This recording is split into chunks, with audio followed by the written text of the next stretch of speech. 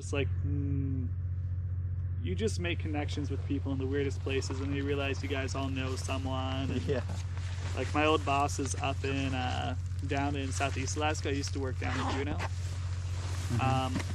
Like, everyone knows who they are. It's weird. Like, I'll say, oh yeah, I used to work for this one company, Alaska Coach Tours. They're like, oh, I know Dennis, I know Brenna, and I'm like, what the fuck? Like, even up here they do that.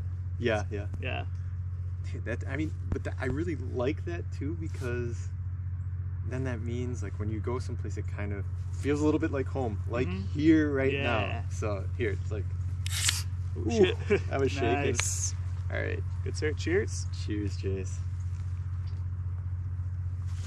So, how is that? Blueberry? That's blueberry. That's what are you good. drinking? Got the blueberry ale. That's actually really good. And I have the Packraft IPA from Palmer.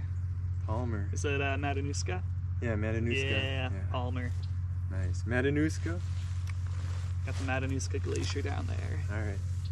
So, guys, I'm here with Jace Fuller.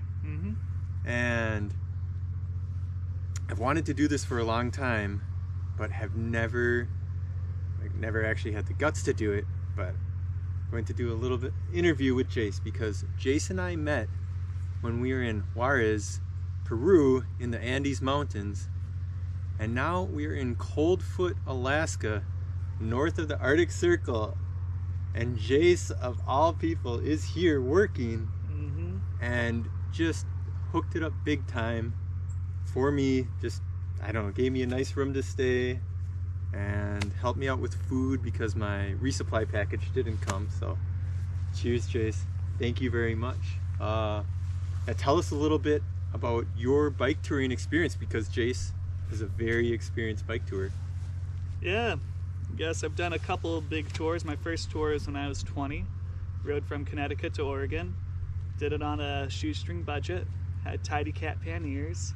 That whole good setup. What's a Tidy Cat? Oh, yeah. You know the kitty litter buckets? Yeah. Yeah, turned those into panniers and whatnot. Okay. Did that. Finished up that tour. It took me 2 months to go across the United States.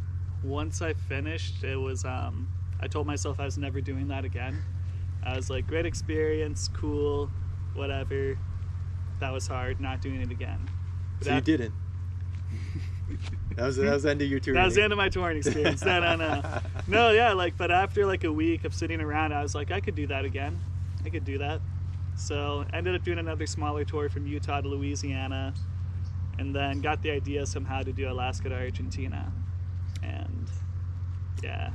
So Jace actually cycled from Dead Horse, Alaska, Prudhoe Bay, to Argentina, and you were in San Juan, north of Mendoza. Yeah, around Mendoza in Argentina when COVID hit. So I was in Costa Rica when COVID hit, late March of 2020, and my experience was going from Panama into Costa Rica. And the day I crossed the border, I asked all the border guards, hey, are the borders going to close? Is it going to stay open? And they all assured me, yeah, borders are fine. They're going to stay open. Don't worry, just watch the news.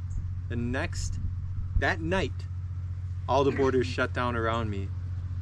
And yeah, it was a shock, and I had to fly home shortly thereafter. And you were in San Juan in Argentina when COVID hit, and just tell me about your experience.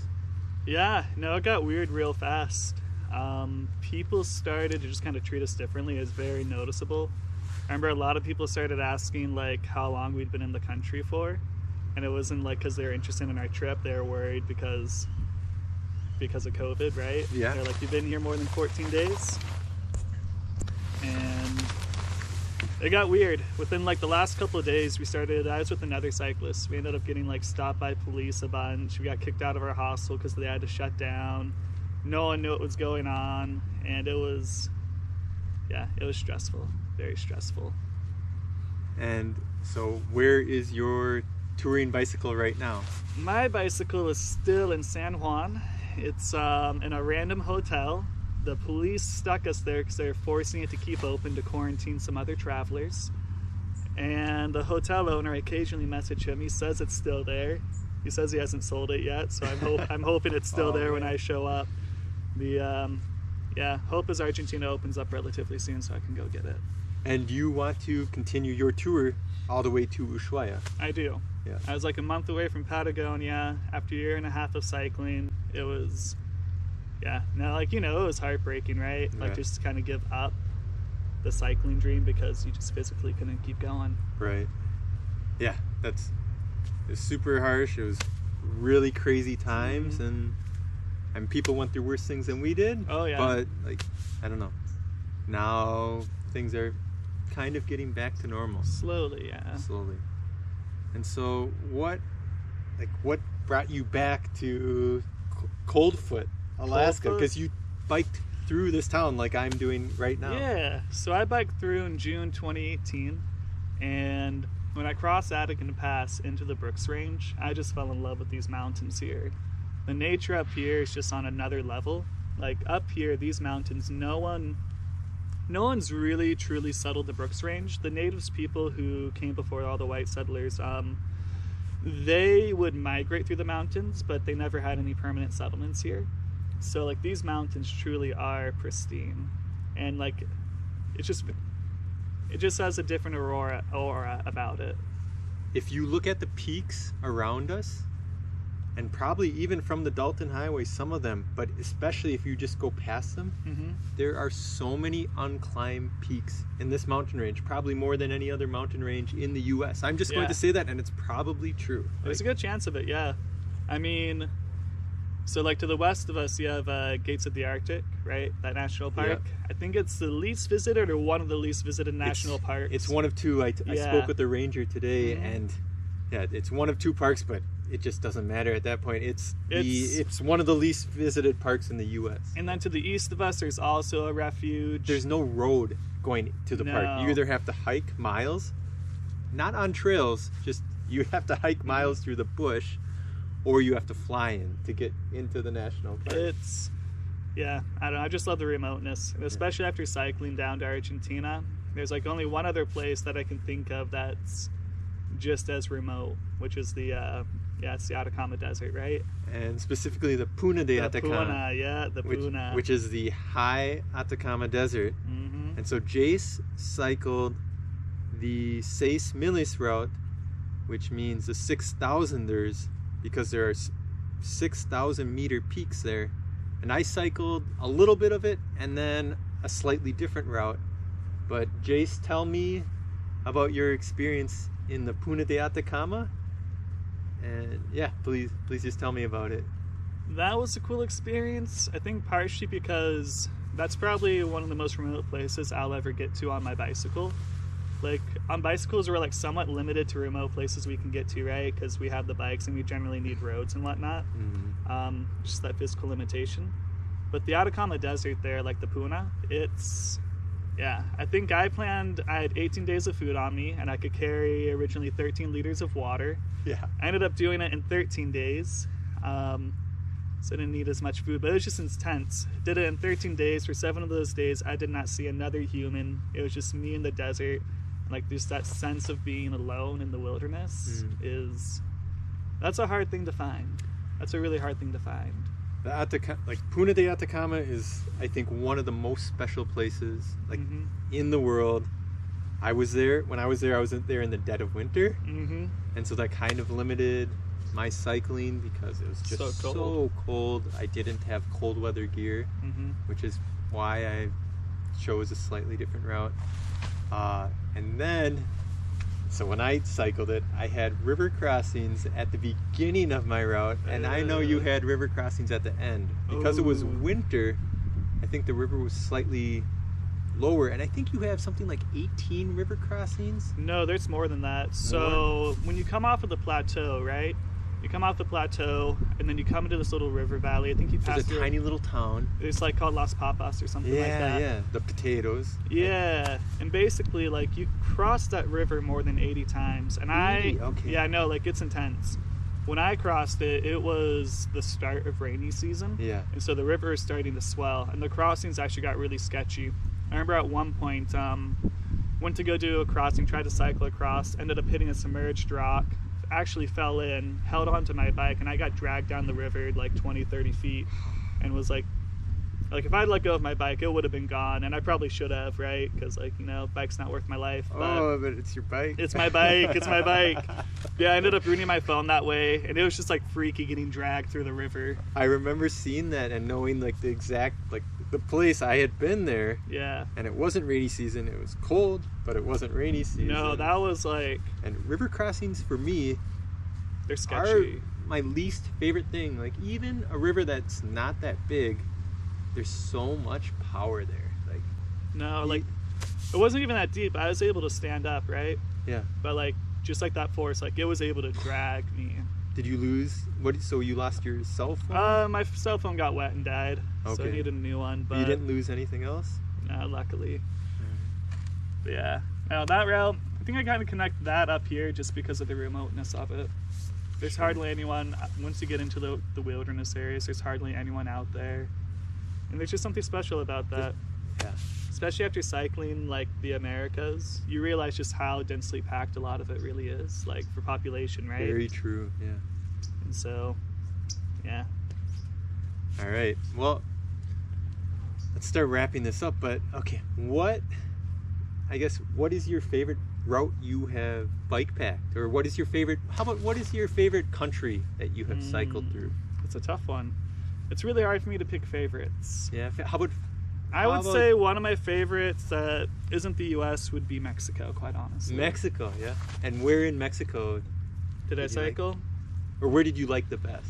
I love the southern states, so I really love Oaxaca and Chiapas. Okay. So I guess for me, like, especially being Americans, right, like we have an interesting relationship with Mexico, right? And so it's very interesting for me to go down to Mexico and just like kind of understand that relationship a bit better. And then also, I didn't realize how diverse Mexico was when I went, right? So I entered Mexico in Baja Peninsula, and that like has its own feel, super chill, tranquil, like, you know, Baja es tranquilo. And then you go to like the mainland Mexico, you go to the center part, and you get these huge metropolitan areas, and like it's a little more fast paced, it's all interesting. And then you get to southern Mexico, and that's when you get a lot of the indigenous influence. Okay. And like I remember going through Oaxaca, I did this rural remote route. And I remember it was really cool. Like every night someone invited me in, right? Super cool. But then also like I remember this one family, like speaking with them, and my Spanish was really bad at this point, so I'm like struggling already. Listening to them speak, I realized like the sounds they were making were not sounds that are in Spanish. Like they were speaking the indigenous language, right? And that was like really interesting to realize like a lot of the indigenous influence in the South. Is that area similar to Guatemala as far as a little bit? Yeah. Yeah, because Guatemala also gets that. Okay. Like, and how is Guatemala? I'm cycling through Guatemala, and I'm really excited for Guatemala. Like Guatemala was a mix of a lot of things. Yeah. I like it. Like the mountains there are beautiful. Okay. Like they're intense, and the volcanoes are incredible. And it's like when you go to the remote rural areas, it seemed like every village kind of had its own different vibe. Some were friendlier than others, but ultimately it was really interesting. Like I remember this one experience of coming to a small village, and then of course like we're anomalies when you go into these rural areas on a bike, right? Like we look weird. And so people start talking to me, and these old guys like start making jokes. I said I was actually going to the Czech Republic, which was like a little side detour I did for a girl. And they started making jokes with me. They're like, oh, what's wrong with this girl right here, right? And they started like pointing this one girl next to us, and I'm like, oh no, I already got a girlfriend, guys. And after a while, I noticed this girl that they were kind of pointing to, she wasn't like reacting at all to what they were saying. And I'm like, why isn't she saying anything? And they're like, oh, she doesn't speak Spanish. She only speaks Mam. I think it was Mam. I think that's how you say it. Okay. Like local indigenous language. So it's just like this really interesting moment to realize that like, oh, indigenous culture is still really strong in a lot of areas. Yeah. That was really interesting for me. I wasn't aware of it when I cycled into those areas. Kind of a little bit akin to Peru, like with such strong indigenous culture. Yeah. I guess like I just didn't realize that there was still a lot of that around. Okay. Very cool. All right. So ultimately, we wanted to do this interview to just get people stoked about cycling and bike packing. And just Jace and I are pretty normal people. Like, we like do normal things and like normal stuff. We just have bike packed a lot. I mean, I'm dishwashing up in Coldfoot, so that's my job up here. It's probably, well, other than Dead Horse, it's probably one of the most northern places in the U.S. But other than Dead Horse, it is probably the most northern place you can dishwash. Oh, so that's kind of cool. No, there's a couple other places north of here. You can go to Barrow probably, but there's a couple towns. But yeah, no, this is definitely one of the most northern places that you could ever hope to go wash dishes. So. Yeah, of all the dishwashing places, yeah. This is one of the top spots. But anyways, so if somebody is interested in getting into bike packing or bike touring, you know, you don't have to do this crazy off-road stuff. You can just get into it by doing a 2-day trip or an overnight trip. But I guess, what would your recommendation be, or like one piece of advice for somebody wanting to get into touring?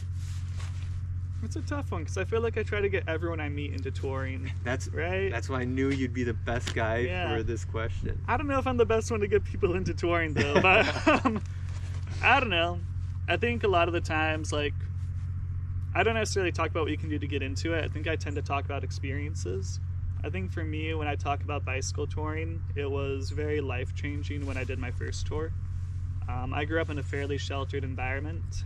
And so me doing my first bike tour across the United States was very eye-opening, and it opened me up to meeting a lot of different people from different backgrounds and kind of expanded my worldview in a way that wouldn't have happened if I hadn't done it. But I guess on a more physical sense, just take it easy and slow. It's not a race. You can bring as much as you want or as little, and there's no one right way to bicycle tour or bike pack. Hell yeah, man. Yeah. I couldn't have said it better myself. That's awesome. Anything else you'd like to say? I don't know. Bicycle touring. I don't know if I have anything else to say to that. Yeah, bicycle touring, it's wonderful. Yeah. You meet a lot of cool people. It's a bit of a community. We met in Peru, now we've met in Coldfoot. And then you just meet random people along the way. There's like a certain amount of kinship to it. Yeah. So it's a good community. There are very few assholes who bike tour. Yes. That's one thing I found out in a lot of sports. Yeah. They're very few. Everyone who does it, especially long term, tends to be pretty chill. Yeah, a little bit too chill. All right. Yeah. Well, Jace, this has been awesome. Thank you for doing this. I think this will turn out better than we could have ever expected. So thank you, dude. Sweet. Now.